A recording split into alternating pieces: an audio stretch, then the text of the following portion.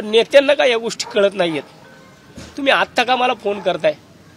मग एवढ्या दिवसामध्ये माझी तरफड तुम्हाला लोकांना कळली नाही का? म्हणजे वसंत मोरे स्वतःसाठी कधीच लढला नाही, कायम सामान्य महाराष्ट्र सैनिकांसाठी लढत आलाय। आणि मग जे पदाधिकारी माझ्याबरोबर आहेत, ज्यांनी माझे कार्यक्रम घेतले, त्या लोकांना दाबण्याची कामं होतात, त्या लोकांना त्रास दिला जातो।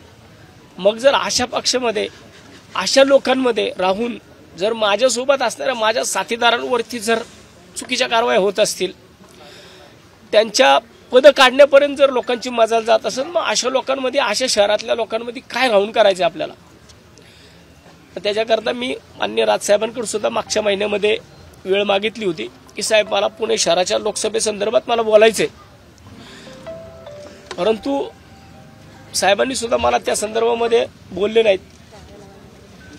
आणि मला वाटतं की जर अशा पद्धतीने पुणे शहरामध्ये जर राजकारण होणार असेल तर मग अशा लोकांमध्ये न राहिलेलं बरं। माझा वाद आजपर्यंत मान्य राजसाहेबांसंग कधी नव्हता, महाराष्ट्र नवनिर्माण सेनेसोबत सुद्धा नाहीये, परंतु ज्या चुकीच्या लोकांच्या हातामध्ये हे शहर दिले, ज्या चुकीच्या लोकांनी या शहराचं वाटोळं चालवले, इथला महाराष्ट्र सैनिक आज कोणत्या परिस्थितीमधून जातोय तो लोकांना माहिती आहे। माझा जो आजचा त्रास आहे, मी कोणत्या परिस्थितीने, मी काल रात्रभर झोपलेलो नाही, मी रात्रभर झोप आलेली नाही कालच्याला। मी रात्री विचार केला, कालच्याला माझी पोस्ट तुम्ही पाहिली असेल, अनेकांचे माझ्या पोस्टवरून मला फोन आले, परंतु इतकं सगळं करून मला काल का कुणी विचारलं नाही मला। म्हणजे आज राजीनामा दिल्यानंतर मला का फोन येतात सगळ्यांचे, प्रत्येक पक्षाच्या नेत्यापर्यंत मी माझं गाऱ्हाणं मांडत आलोय। निवडणूक लढवणं हा काय माझा गुन्हा आहे का? जर माझी पक्ष संघटना मला शहरामध्ये वाढवायची असेल तर निवडणूक लढली गेली पाहिजे। आणि पक्ष संघटना जर मोठी होत नसेल, काही लोक शहरामधील निवडणूक आपण लढवली नाही पाहिजे, कशा करता तुम्ही निगेटिव्ह अप्रोच करता, साहेबांपर्यंत पाठवता? अरे महाराष्ट्र नवनिर्माण सेनेचे पुण्याचे फायर ब्रँड नेते म्हणून वसंत मोरे यांनी महाराष्ट्र नवनिर्माण सेनेला अखेरचा जय महाराष्ट्र केलाय। त्यांनी त्यांच्या सर्व पदाचा राजीनामा दिलाय आणि त्यामुळे त्यांची चर्चा सर्वत्र रंगली आहे।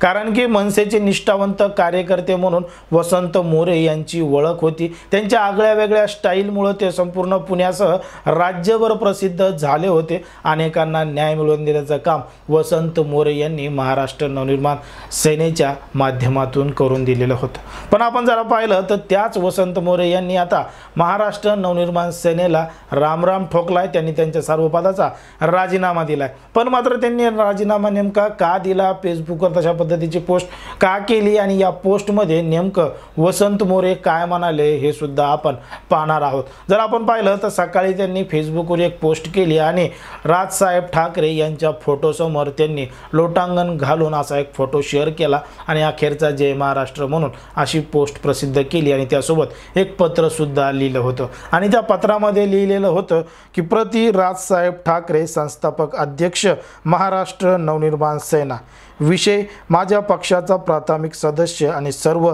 पदांचा राजीनामा स्वीकारण्यासंदर्भात आपणा सप्रेम जय महाराष्ट्र। पक्षाच्या स्थापनेपासून किंबहुना त्या आधीपासून पक्षाचा सदस्य आणि इतर पदावर काम करत असताना दिलेल्या जबाबदाऱ्या आणि आदेश यांचं पालन करण्याचा मी माझ्या परीने प्रयत्न करत आलो आहे।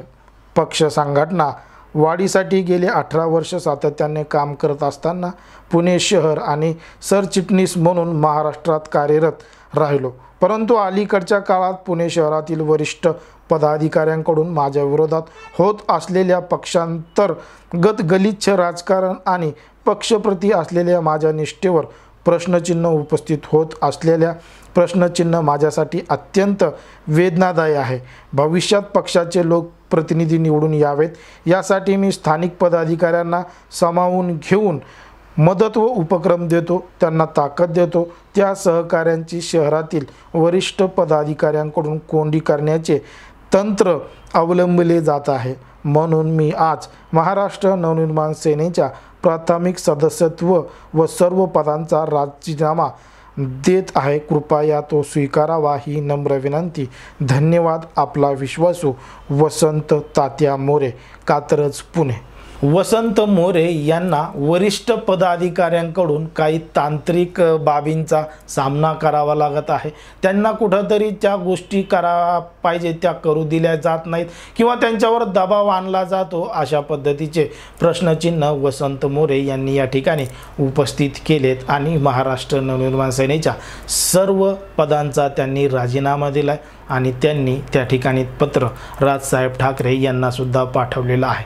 आता हा जो अर्ज आहे, हे जे पत्र आहे ते राजसाहेब ठाकरे स्वीकारतील का आणि पुन्हा एकदा वसंत मोरे यांना संधी देतील का, हे सुद्धा आपल्याला पाहावं लागेल। कारण की वसंत मोरे हे मागच्या काही काळापासून नाराज असल्याच्या चर्चा मोठ्या प्रमाणात रंगल्या होत्या। या अगोदर सुद्धा त्यांनी राजीनामा देण्याची तयारी दर्शवली होती, पण मात्र राजसाहेब ठाकरे यांची भेट घेऊन वसंत तात्या मोरे यांची नाराजी सुद्धा दूर केली गेली होती आणि तशा पद्धतीचे प्रयत्न सुद्धा केले गेले होते। पण मात्र यावेळी सर्व पदांचा डायरेक्ट राजीनामाच वसंत मोरे यांनी दिलाय, त्यामुळे ते राजीनामा राजसाहेब ठाकरे स्वीकार करतील का नाही हे आपल्याला कळूनच येईल। पण सध्या तरी वसंत मोरे यांनी राजीनामा दिलेला आपल्या या ठिकाणी वाट दिसतो। एकंदरीत या संपूर्ण प्रकरणावर वसंत मोरे यांच्या उपक्रमाबाबत, त्यांनी केलेल्या कामाबाबत तुम्हाला काय वाटतं हे अगदी स्पष्टपणे कमेंटमध्ये सांगा आणि अशाच पद्धतीचे नवनवीन व्हिडिओ पाहण्यासाठी आपल्या चॅनलला लगेच सबस्क्राईब करून घ्या।